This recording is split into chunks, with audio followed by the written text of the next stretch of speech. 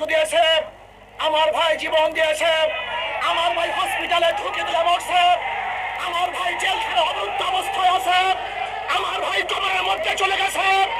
ওদের বিচার না করা পর্যন্ত রাজপথ ছাড়বে না ইনশাআল্লাহ।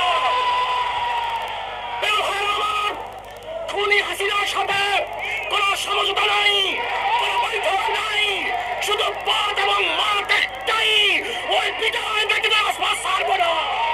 আমরা যাবো ইনশাআল্লাহ। প্রিয় ভাই আমার, শেখ হাসিনা আমাদের রক্ত নিয়েছে, আমাদের জীবন নিয়ে সিনেমা খেলছে। আমি প্রশাসনের ভাই থেকে বলতে চাই, আমি আর্মি থেকে বলতে চাই, পুলিশ থেকে বলতে চাই, জনগণের টাকায় বুলেট যেন জনগণের বুকে বিদ্ধ না হয়। আপনারা জনগণের পাশে থাকবেন।